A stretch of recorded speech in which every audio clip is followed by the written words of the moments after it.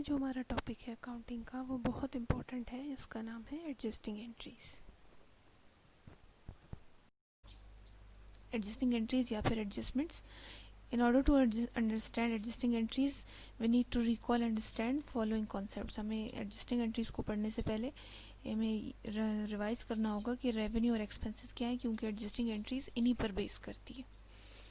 Revenue, किसी भी business का रेवेन्यू क्या होता है? कोई भी वो पर्पस बिजनेस का, जिस पर्पस के लिए वो बिजनेस सेटअप हुआ है, उस पर्पस को कंप्लीट करके बिजनेस जो पैसे कमाता है उसको रेवेन्यू कहा जाता है। यानी कि the money earn by delivering goods और सर्विसेज, गुड्स बेचकर या सर्विस देकर जो भी पैसे बिजनेस कमाता है उसको उसका रेवेन्यू कहा जाता है। और एक्सपेंसेस, इस रेवेन्यू को कमाने के लिए, इसको अर्न करने के लिए जो खर्चे बिजनेस करती है उन खर्चों को बिजनेस के एक्सपेंसेस कहा जाता है। जैसे कि रेंट पे करती है, टेलीफोन और बिजली के बिल पे करती है, स्टाफ को सैलरीज देती है, एट्सेट्रा। ये सारे एक्सपेंसेस हैं। तो जो हमारी एडजस्टिंग एंट्रीज है वो इन्हीं दो चीज़ों पे बेस करती है, रेवेन्यू और एक्सपेंसेस पे। एडजस्टिंग एंट्रीज में हम इन्हीं दो कॉन्सेप्ट्स को डील करते हैं। इसको पढ़ने से पहले हमें समझना है कि अकाउंटिंग में जो ट्रांजैक्शंस की जाती हैं वो दो बेसिस पे होती है, या तो कैश बेसिस पे या फिर अक्रूवल बेसिस पे। कुछ companies cash basis accounting follow करती हैं और कुछ अक्रूवल बेसिस। कैश बेसिस, नाम से पता चल रहा है कि वो बिजनेस जो सारी डीलिंग्स कैश पे करता है, जिसमें सारी ट्रांजैक्शंस जो है वो कैश पर होती हैं। लेकिन अक्रूवल का मतलब है कि क्रेडिट पे डीलिंग करना। इसको देखते हैं। Difference between cash and accrual accounting lies in the timing of when sales and purchases are recorded in our accounts. तो इन दोनों सिस्टम्स में जो बेसिकली फ़र्क है वो उस टाइमिंग का है जब हम रिकॉर्ड करते हैं ट्रांजैक्शंस को अपने जर्नल में। कैश अकाउंटिंग रिकॉग्नाइजेज रेवेन्यू और expenses only when money changes hand. Cash accounting जो सिस्टम है उसमें हम ट्रांजैक्शंस को उस वक्त रिकॉर्ड करते हैं जब पैसा आ जाता है, जब मनी इन्वॉल्व हो जाता है। फॉर एग्जाम्पल, ये जो डायग्राम आप देख रहे हैं, पहली पिक्चर में आप देख रहे हैं record income when you receive it, record an expense when you पे इट। ये कैश बेसिस ऑफ अकाउंटिंग की डायग्राम है, जो ये बता रही है कि आप रेवेन्यू को किस वक्त रिकॉर्ड करें, उस वक्त जब आपको पैसे मिल गए। आपने किसी को कोई चीज़ें बेची हैं या आपने किसी को कोई सर्विस दी है, जैसे डॉक्टर ने ट्रीटमेंट की है पेशेंट की, तो डॉक्टर के लिए वो जो फीस होगी वो रेवेन्यू होगा। वो रेवेन्यू वो उस वक्त रिकॉर्ड करेगा जब वो पेशेंट उसको पैसे दे देगा। जब तक पैसे नहीं मिलते वो उससे रिकॉर्ड नहीं करेगा। दूसरा एक्सपेंस, एक्सपेंस को उस वक्त रिकॉर्ड करें जब आपने उसको पे कर दिए। फॉर एग्जांपल, आपकी जो इलेक्ट्रिसिटी बिल है, अब जब तक बिल आपके पास आ गया, जितने दिन वो पड़ा है, आप उस वक्त उसको रिकॉर्ड नहीं करेंगे जब तक कि आप उसको पे नहीं करेंगे। जैसे ही आपने पे किया उस वक्त आप उसको अपने जर्नल में रिकॉर्ड कर लेंगे। तो ये कैश बेसिस ऑफ अकाउंटिंग है, जो ये कहती है कि ट्रांजेक्शन्स को उस वक्त रिकॉर्ड करें जब उसमें मनी आ जाता है, जब पैसे दे दिए या ले लिए उस वक्त रिकॉर्ड करें, ना उससे पहले ना उसके बाद। उसके ऑपोजिट जो है accrual accounting, it recognises revenue when it's earned and expenses when they are billed but not paid. Accrual basis of accounting कहती है कि आप रेवेन्यू और एक्सपेंस को उस वक्त रिकॉर्ड करें जब ट्रांजैक्शन हो गई, रिगार्डलेस कि आपने पैसे कभी भी दिए या लिए। उसमें पैसे का कोई इतना इम्पोर्टेंट रोल नहीं है, रोल है सर्विस का। जब आपने सर्विस ले ली या दे दी, आप उस वक्त उसको रिकॉर्ड करें। ये जो सेकंड पिक्चर है वो कहती है कि record income when you earn it. Income यानी रेवेन्यू को उस वक्त रिकॉर्ड करें जब आपने उसे कमा लिया। कमा लेने का मतलब है जब आपने सर्विस दे दी है। आप एक डॉक्टर हैं, आपने किसी को ट्रीटमेंट कर दी किसी का, तो आपने जब ट्रीटमेंट कर लिया आप उसी वक्त उसको रिकॉर्ड करेंगे, उस वक्त नहीं जब पेशेंट पैसे देगा। पैसे वो चाहे कभी भी दे, आपने रिकॉर्ड उस वक्त करना है जब आपने अपनी सर्विस दे दी। जैसे कि यूनिवर्सिटी है, यूनिवर्सिटी स्टूडेंट्स को डिलीवर करती है लेक्चर, एजुकेशन प्रोवाइड करती है, तो यूनिवर्सिटी जो है अपने अकाउंट जर्नल में वो कब रिकॉर्ड करेगी उस फीस रेवेन्यू को? उस वक्त जब उन्होंने, टीचर्स ने लेक्चर डिलीवर कर दिया स्टूडेंट्स को, उस वक्त वो उसको अपने रिकॉर्ड में रिकॉर्ड कर लेगी अपने जर्नल में। फीस स्टूडेंट्स बाद में दें, जब भी दें, उस वक्त नहीं, बल्कि उस वक्त जब आपने अपनी सर्विस टीचिंग की प्रोवाइड कर दी। इसी तरह एक्सपेंस को उस वक्त रिकॉर्ड करेंगे जब आपने कोई सर्विस किसी और की ले ली, क्योंकि रेवेन्यू है कि किसी को सर्विस देना और एक्सपेंस ये है कि किसी और की सर्विस लेना।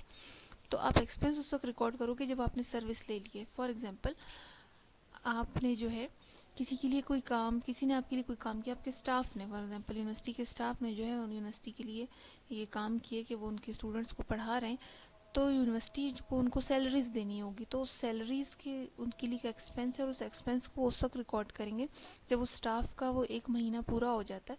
तो बेशक आप उनको पैसे 4 महीने बाद दें, 6 महीने बाद दें, लेकिन आपने 1 महीने के एंड पे उस सैलरीज एक्सपेंस को रिकॉर्ड ज़रूर करना है। तो ये फ़र्क है कैश और अक्रूवल बेसिस ऑफ अकाउंटिंग का।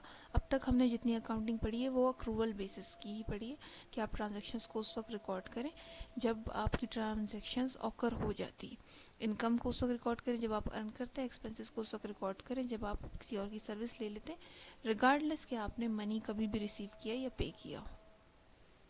तो ये जो एडजस्टिंग एंट्रीज है ये अक्रूवल बेसिस पे ही बेस करता है topic. Adjusting entries are made in a company's accounting journal at the end of accounting period after a trial balance is prepared.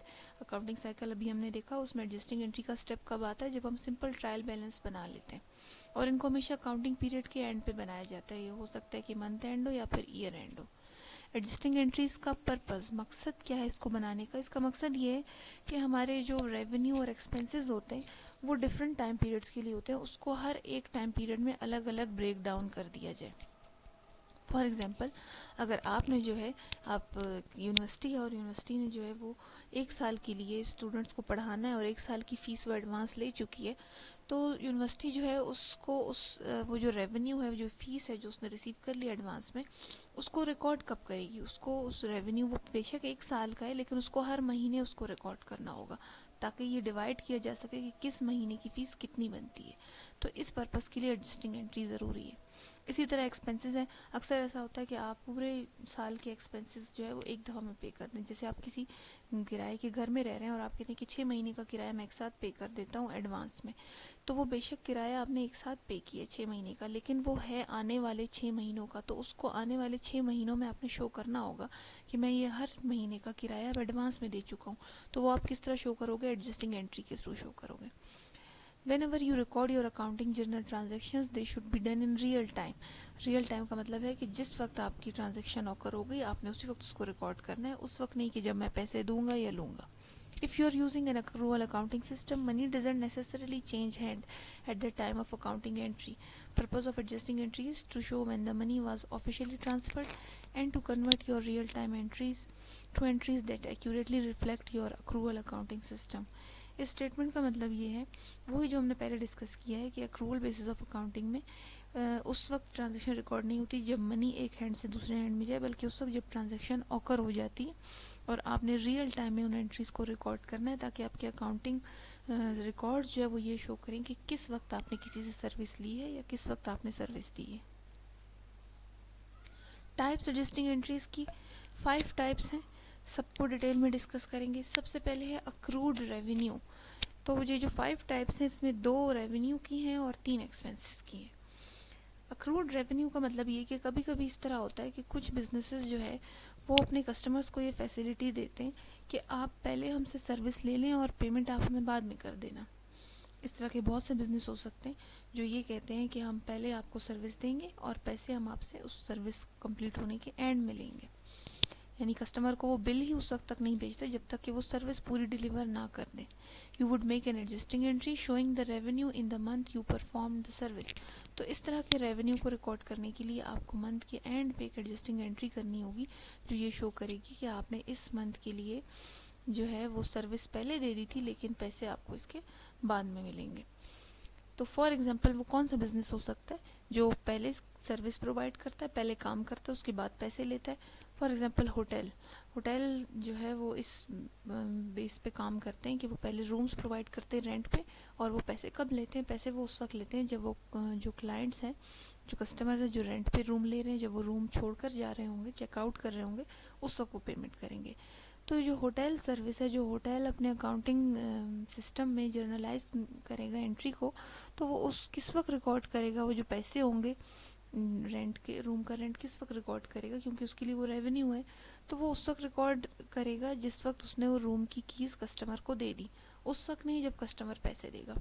क्योंकि adjusting entry accrual basis of accounting ये कहता है कि आप उस वक्त रिकॉर्ड मत करें जब आप पैसे दे रहे हैं या ले रहे हैं, बस बल्कि उस वक्त करें जब आप सर्विस दे रहे हैं। तो सर्विस आपने एडवांस में रूम की कीज दे दी, इसका मतलब आपने सर्विस दे दी।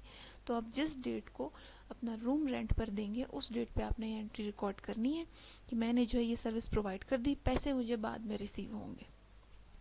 इसके बाद आता है दूसरी टाइप ऑफ एंट्री, वो है अक्रूड एक्सपेंसेस की। जिस तरह हम सर्विस किसी को पहले दे देते हैं इस शर्त पे कि वो पैसे हमें बाद में देगा, इसी तरह हम कभी कभी खर्चे भी, एक्सपेंसेस भी इस तरह कर लेते हैं इस बेस पे कि हम पैसे बाद में देंगे। When employees have given their service to organization but we have not yet paid them. Accrued revenue में हमने किसी और को सर्विस दी थी, अक्रूड एक्सपेंसेस में हम किसी और की सर्विस ले रहे हैं, सर्विस तो ले चुके हैं लेकिन पैसे अब तक हमने नहीं दिए। फॉर एग्जाम्पल हमारे एम्प्लॉयज़ जो हमारे लिए काम करते हैं, उन्होंने पूरा मंथ हमारे लिए काम किया लेकिन हमने पूरा मंथ एंड हो गया, हमने अब तक उनको सैलरी नहीं दी।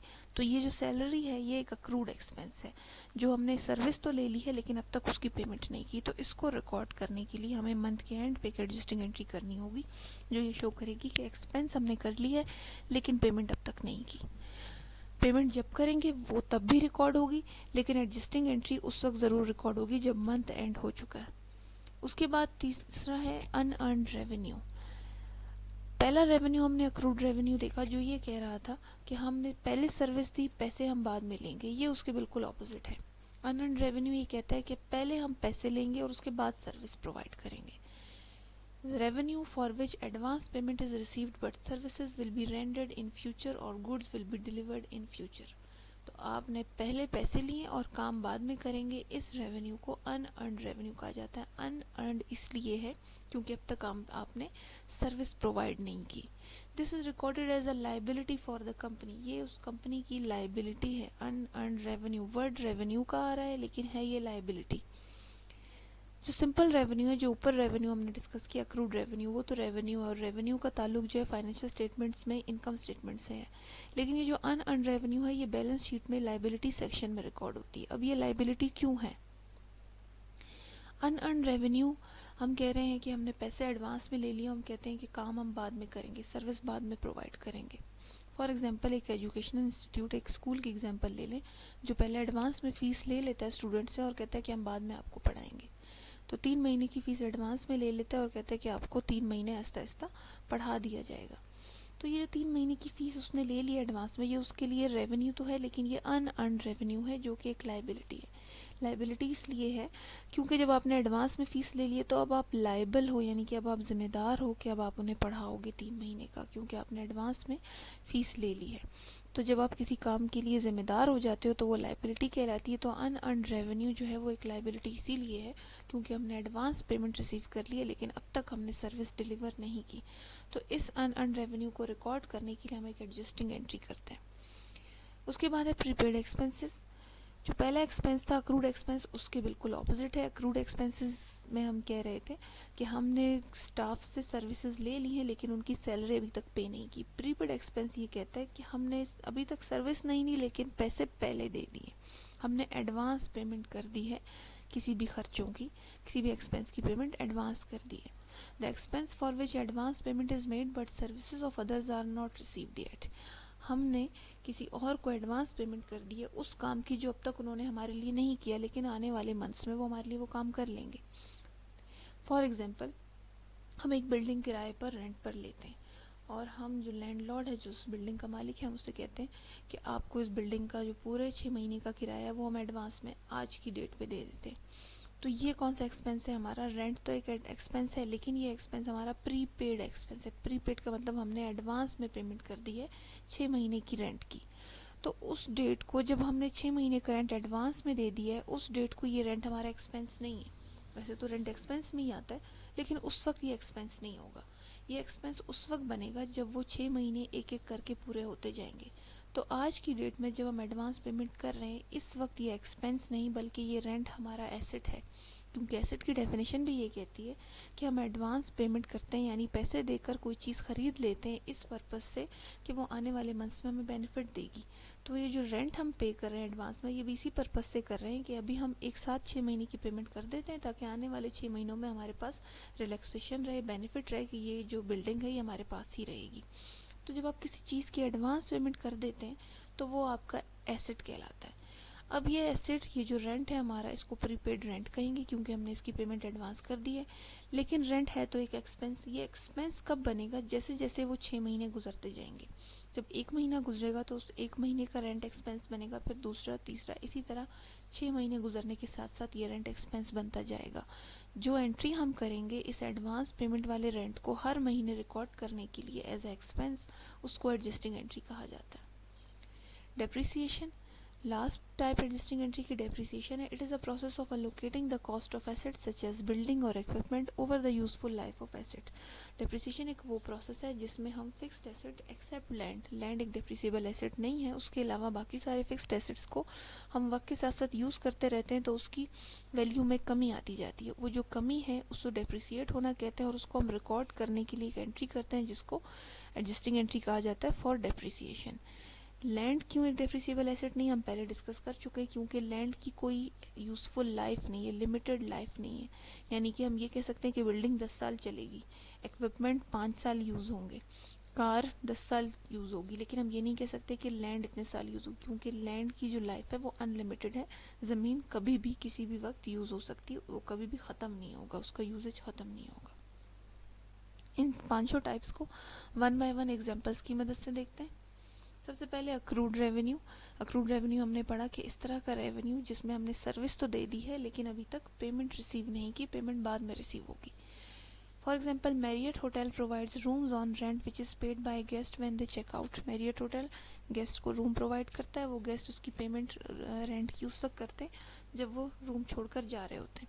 जनवरी 1 को एक रूम आपने रेंट पर लिया, एक मंथली उसका रेंट जो है वो 30,000 था, मंथली रेंट पर लिया है लेकिन टोटल जो उसका रेंट बनता है वो 30,000 है। हम जो रेंट देते हैं वो 31 जनवरी को पे करें, क्योंकि होटल की पॉलिसी है कि जब आप छोड़कर जा रहे होंगे तो आप उस वक्त पे करें। तो हम पूरे महीने का रेंट 30,000 बनता है। जनवरी 1 को हाँ हमने वो रेंट रूम रेंट पे दे दिया, लेकिन पैसे हम कब कब मिलेंगे, जनवरी 31 को। तो हमने 2 एंट्रीज करनी, एक जनवरी 1 को और दूसरी जनवरी 31 को। जनवरी 1 को जो हम एंट्री करेंगे वो हमारी एडजस्टिंग एंट्री होगी। वो एंट्री ये होगी जिसमें हम ये रिकॉर्ड करेंगे कि हमने जो है वो एडवांस में जो है सर्विस दे दी है लेकिन अभी तक पैसे नहीं दिए। जब हम सर्विस दे देते हैं तो उस चीज़ को हम रेवेन्यू कहते हैं। रेवेन्यू जब हमारे पास आ जाता है तो हम उसे क्रेडिट रिकॉर्ड करते हैं। तो हम रेंटल रेवेन्यू 30,000 को क्रेडिट कर रहे हैं, लेकिन क्योंकि ये जो सर्विस हमने दी है ये रेवेन्यू के पैसे अभी तक हमें नहीं मिले लेकिन मिल जाएंगे कब, 31 जनवरी को। तो हम इस मिलने वाले पैसों को रिसीवेबल, अकाउंट रिसीवेबल कहते हैं। यहाँ हम इसे रेवेन्यू रिसीवेबल का नाम देंगे, अकाउंट रिसीवेबल भी कह सकते हैं, लेकिन बाकी अकाउंट रिसीवेबल से इसको अलग करने के लिए इसको रेवेन्यू रिसीवेबल का नाम दिया गया। अकाउंट रिसीवेबल या रेवेन्यू रिसीवेबल एक एसेट है, ये जब आता है तो डेबिट होता है, इसलिए इसको हमने डेबिट रिकॉर्ड किया। तो रेवेन्यू रिसीवेबल या अकाउंट रिसीवेबल डेबिट और रेंटल रेवेन्यू उस रेवेन्यू का नाम है, उसे हमने 30,000 से क्रेडिट कर दिया। ये एडजस्टिंग एंट्री ये शो कर रही है कि हमने सर्विस दे दी है लेकिन पैसे हमें नहीं मिले बल्कि मिल जाएंगे। उसके बाद जब जनवरी 31 आया तो कंपनी हमारा होटल फिर से एक एंट्री करेगा जो जर्नल एंट्री होगी, जिसमें वो ये रिकॉर्ड करेगा कि वो जो मैंने एडजस्टिंग एंट्री की थी जिसमें मैंने कहा था कि रेवेन्यू अब तक रिसीव नहीं हुआ, अब वो रिसीव हो गया। तो जब रिसीव हो गया, कैश आ गया, तो कैश जब एक एसेट है, जब आता है तो डेबिट होता है, तो कैश को हमने डेबिट किया 30,000 से। और वो जो हमारा एसेट अकाउंट था रेवेन्यू रिसीवेबल अब रिसीव हो गया है, तो एसेट कम हो गया, रिसीवेबल कम हो गए, कम होते हैं तो क्रेडिट रिकॉर्ड होते हैं, तो रेवेन्यू रिसीवेबल को हमने क्रेडिट कर दिया। तो इसमें हमें जर्नल एंट्री बनाने का कहा जाएगा तो हम जर्नल भी करेंगे, अदरवाइज सिर्फ एडजस्टिंग का कहा है तो हम सिर्फ पहली एंट्री करेंगे ये वाली, और सेकंड एंट्री ये नेसेसरी नहीं। जब हमें सिर्फ एडजस्टिंग एंट्री का कहा है तो हम सिर्फ ये रिकॉर्ड करेंगे कि रेंटल रेवेन्यू रिसीवेबल डेबिट और रेंटल रेवेन्यू क्रेडिट। ये थी अक्रूड रेवेन्यू की एग्जांपल, जहाँ पे हम सर्विस पहले प्रोवाइड करते हैं, पैसे हमें बाद में मिलते हैं। सेकंड टाइप है अक्रूड एक्सपेंसेस की। जैसे अक्रूड रेवेन्यू था जहाँ हम पहले पैसे नहीं देते बल्कि पहले सर्विस देते हैं, अक्रूड एक्सपेंसेस में हम पहले सर्विस लेते हैं, पैसे बाद में देंगे। ABC School pays salaries to teachers at the end of every month. On March 31st, 2020, the salaries are not paid due to shortage of fund. ABC School जो है वो मार्च के मंथ के लिए उन्होंने स्टाफ की सर्विस ले ली है, स्टाफ ने पढ़ा दिया स्टूडेंट्स को। अब मार्च का मंथ एंड हो गया, मार्च 31 आ गया है, तो स्कूल ने टीचर्स को सैलरी पे करनी है, लेकिन उनके पास फंड नहीं है, तो इसलिए वो सैलरी नहीं दे सकते। तो अक्रूवल बेसिस ऑफ अकाउंटिंग ये कहती है कि आप जब भी पैसे देंगे वो बात की बात है, अभी मार्च 31 को आपने एडजस्टिंग एंट्री करनी है, जिसमें आपने ये रिकॉर्ड करना है कि मैंने सर्विस ले ली है लेकिन पैसे अभी तक नहीं दिए। तो मार्च 31 को हमारा स्कूल जो एंट्री करेगा वो ये होगा सैलरीज एक्सपेंस, क्योंकि सैलरीज एक एक्सपेंस है हमारा और हम एक्सपेंस ले चुके हैं, सर्विस ले चुके हैं, एक्सपेंस आ गया है, उसको हम डेबिट करेंगे। 10,000 सैलरीज की अमाउंट बनती है, लेकिन अभी तक पे नहीं किया, तो सैलरीज पेबल या अकाउंट पेबल को क्रेडिट कर देंगे सेम अमाउंट से। तो ये हमारे पास अक्रूड एक्सपेंसेस है, यानी कि हमने किसी और की सर्विस ले ली, एक्सपेंस आ गया लेकिन उसे पे नहीं किया। अब जब अप्रैल 5 आया, अप्रैल 5 को हमारे पास फंड्स आ गए और हमने जो है स्टाफ की सैलरीज पे कर दी, तो अब हम जर्नल एंट्री करेंगे। वो ये होगी कि ये जो हमारा सैलरीज पेबल अकाउंट पेबल था, इसको पे कर दिया, इसको पे करने की एंट्री जैसे पहले हमने की हुई है, अकाउंट पेबल या सैलरीज पेबल डेबिट और कैश क्रेडिट, क्योंकि हमने कैश से सैलरीज पे कर दी। तो इसमें दोनों में से एडजस्टिंग एंट्री जो है वो फर्स्ट वन है, salaries expense to salaries payable, क्योंकि इसमें हम एक एक्सपेंस को रिकॉर्ड कर रहे हैं। तो एडजस्टिंग एंट्री हमेशा रेवेन्यू और एक्सपेंस की होती है। ये वो एक्सपेंसेस हैं जिनको हमने अभी तक पेमेंट नहीं की।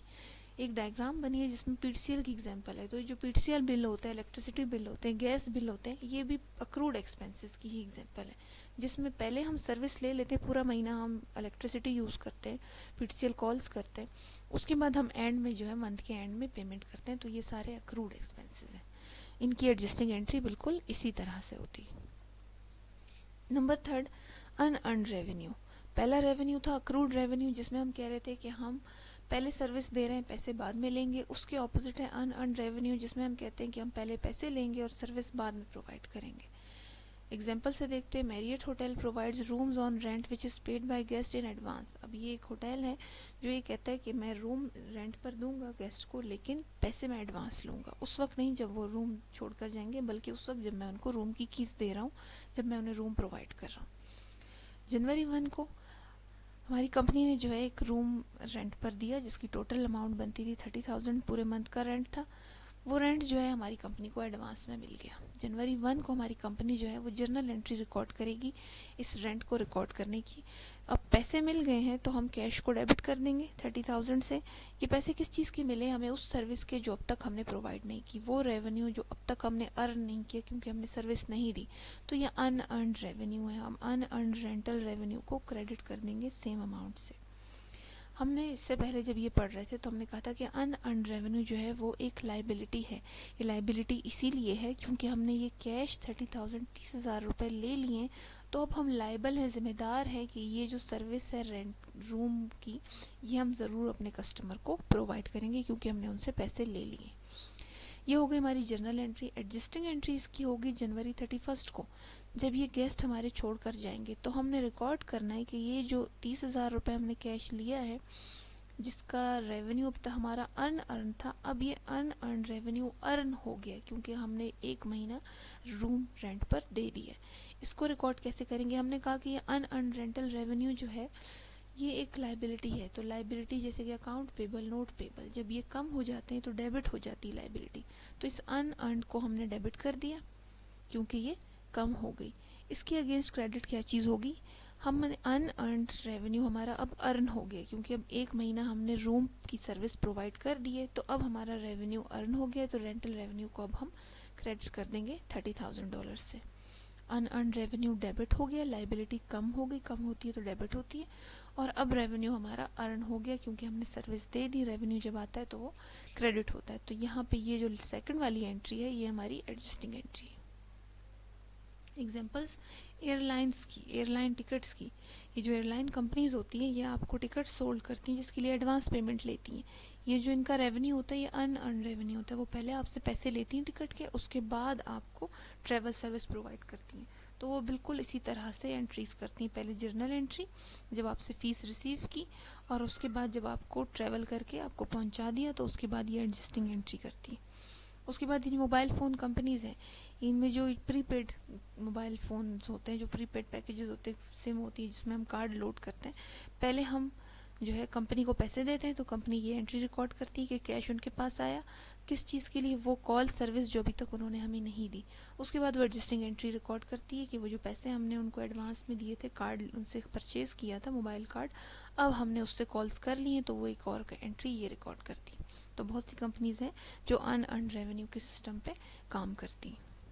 Number 4, prepaid expenses. इससे पहले अक्रूड एक्सपेंस था, उसके बिल्कुल ऑपोजिट है। अक्रूड एक्सपेंसेस में हम ये कह रहे थे कि हमने वो सर्विसेज जिसके लिए हमने एडवांस में जिसके हमने लिए सर्विस तो ले लिए लेकिन पैसे अब तक नहीं दिए। तो प्रीपेड उसका ऑपोजिट है, जो ये कहता है कि हमने पहले पैसे दे दिए लेकिन अब तक दूसरों से सर्विस नहीं ली। Transaction January 1, 2019, ABC company takes a building on rent for 1 year at a monthly rent of 1000। ABC company जो है वो एक बिल्डिंग रेंट पर ले रही है। महीने का जो रेंट उसने पे करना है वो $1000 है। एक साल के लिए बिल्डिंग उन्होंने 1 जनवरी को रेंट पे ले ली है। On this date company pays rent of whole year in advance amounting 12,000। एक महीने का 1000 रेंट है तो 12 महीनों का 12,000 बनेगा। 1 जनवरी को ही इस कंपनी ने पूरे साल का रेंट 12,000 रुपये पे कर दिया एडवांस में, ताकि आगे जाकर आसानी रहे।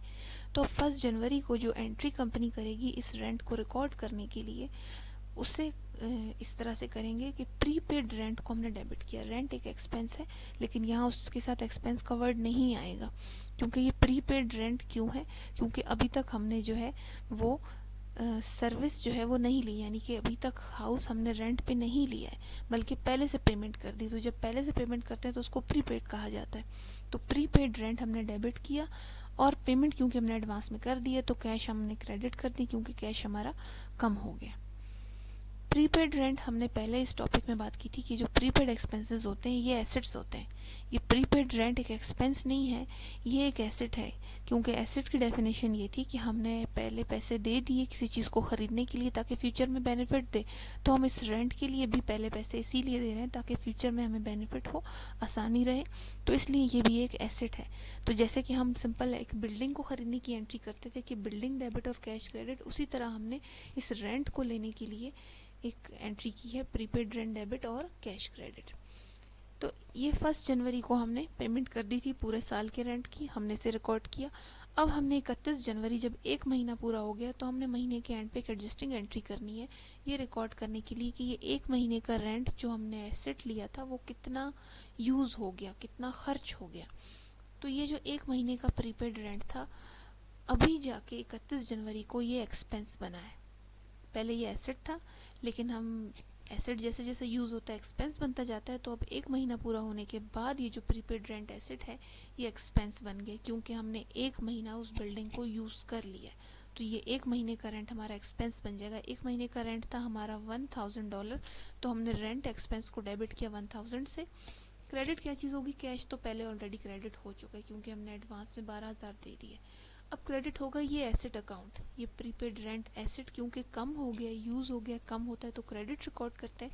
तो प्रीपेड रेंट एसेट को हमने $1000 से क्रेडिट कर दिया। सेम एंट्री हम हर महीने रिपीट करेंगे जब तक कि एक साल पूरा नहीं होता। यही रेंट एक्सपेंस $1000 से डेबिट, प्रीपेड रेंट क्रेडिट हर महीने जनवरी 31 पे किए, फरवरी में करेंगे, मार्च 31, अप्रैल, मई, जब तक कि दिसंबर 31 नहीं आता। हर महीने same entry adjusting entry record होगी जो ये शो करेगी कि ये जो एक्सपेंस था हमारा ये प्रीपेड था जिसकी हमने एडवांस पेमेंट कर दी थी साल के शुरू में। तो जैसे कि ये रेंट की एग्जांपल दी मैंने, इस तरह और बहुत से ऐसे एक्सपेंसेस हो सकते हैं जिनकी हम एडवांस पेमेंट करते हैं। फॉर एग्जांपल इंश्योरेंस की एंट्री भी इसी तरह से होगी। एबीसी कंपनी ने जो है एक 1 ईयर इंश्योरेंस पॉलिसी परचेज की 1 जनवरी को, टोटल प्राइस उसकी 24,000 थी। तो कंपनी जो है वो क्या एंट्री करेगी जनवरी 1 को, इसको रिकॉर्ड करने के लिए जब रेंट एडवांस में पे करते हैं तो उसको प्रीपेड रेंट कहा जाता है, जब इंश्योरेंस एडवांस पे करते हैं तो उसको अनएक्सपायर्ड इंश्योरेंस कहा जाता है। तो एक साल की इंश्योरेंस पॉलिसी की अमाउंट बनती थी $24,000, अनएक्सपायर्ड इंश्योरेंस उसको डेबिट किया, कैश पेमेंट कर दिया है तो कैश को क्रेडिट किया, बिल्कुल इस रेंट की एंट्री की तरह।